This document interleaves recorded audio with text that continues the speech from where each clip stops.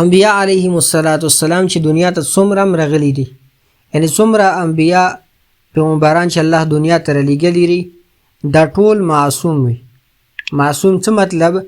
چې دوی نه نبوت میلوېدو پیله څه ګناه کیدل شي او نه د نبوت میلوېدو بعد کې څه قسمه ګناه کیدل شي. دوی سره صفت عصمت چې دا لازم وي، هیڅ وخت هم جدا کیدی نشي.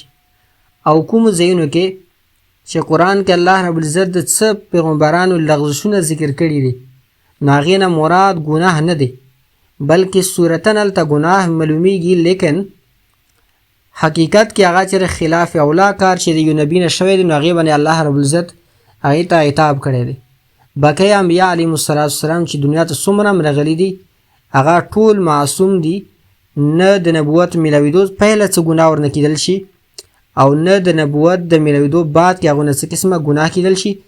بلکل الله رب العزت دا ګناهونه نه معصوم ساتلی وي.